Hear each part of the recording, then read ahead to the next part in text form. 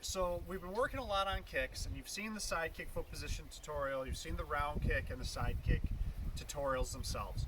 So one thing that people seem to be missing a lot of is you're focused on the end result, which while it's important, the chamber and the retraction are just as much, if not more so, than the actual kick itself.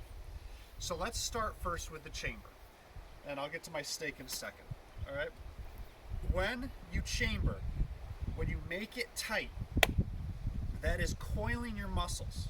All right, just like compressing a spring.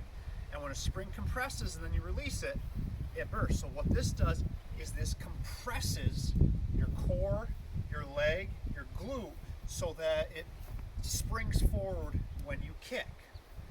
All right. So if I'm kicking with a straight leg or a loose chamber, all right, I'm not getting as much power because I'm not getting that compression into the technique. The second thing comes into play is with the chamber is the closer my leg is to my body, right, the faster it's going to move. Think about it this way. If you get into a pool, all right, when you climb out of the pool, you bring your chest close to the edge and you push up this way. Okay? Same thing with a pull-up.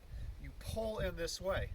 We don't bring our arms straight and pull ourselves out like this because there's too much body weight. It takes, the farther we get away from our center, the weaker we are. Same thing, if you pick up a heavy weight, all right, you pick it up closer to your core. You don't pick it out like this. All right. So the same idea with the kick is even though the foot is lighter than the body, this takes more energy and more effort than this. All right, so that makes it faster, makes it easier. Plus you're getting the coil in at the same time.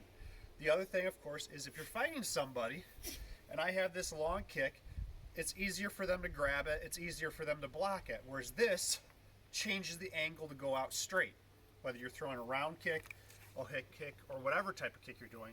So a tight chamber is a must. It will also help your balance because I won't have to lean over as far to counter my kick because I'm staying straight. All right, as soon as I start going this way or that way, the opposite side of my body has to compensate for that for balance purposes. So that's the chamber. The retraction, whether it be for a kick or a punch, the mistake people tend to make is they're not thinking, and I've explained this before, but no one's ever really gotten into it, is if you take something like this is just a little steak, all right, and I take it and I whip it onto the ground, all right, in most cases it's going to bounce, it's going to roll, or it's going to bend. Harder surface than the ground would work. Let me put it on the deck. So if I put it right here on a hard surface and I throw it, it bounces. That's energy. All right. Now, if I swing, all right, doesn't bounce. Still the same amount of energy. All right, it hasn't gone anywhere. All right, so where did that energy go? It went back into me. All right, so same thing when I punch or I kick is if I hit somebody, all right, the energy that I am putting forward, that vibration, for lack of a better quote, right now, if I keep contact, is being shared. All right, whereas when I punch and bring it back, that energy stays with them. So that's one point. The second point that I want to make out is, and this is a little bit more of physics, is once I have extended my punch and I have made contact, the minute I make contact, my fist is slowing. It's meeting resistance, which means there is a very, very small window before I start getting diminishing returns. So the longer I hold that out and I push that through, I'm pushing, I'm losing the explosiveness. All right, it's like a bullet. It flies out, but as soon as it hits something, right, it's meeting that resistance and it's slowing and it's becoming less dangerous. So I want to hit, and as soon as I feel my power, right, I go through my target, right, as soon as that comes in, I want to pull it back because I've hit them with the maximum amount of power. Anything after that's going to be weaker. So I'd be better to pull it back and hit them again at maximum power versus trying to push them, with the kick. And again, just like the chamber, the longer you leave it out, the more susceptible we are, especially to someone who can wrestle or grapple.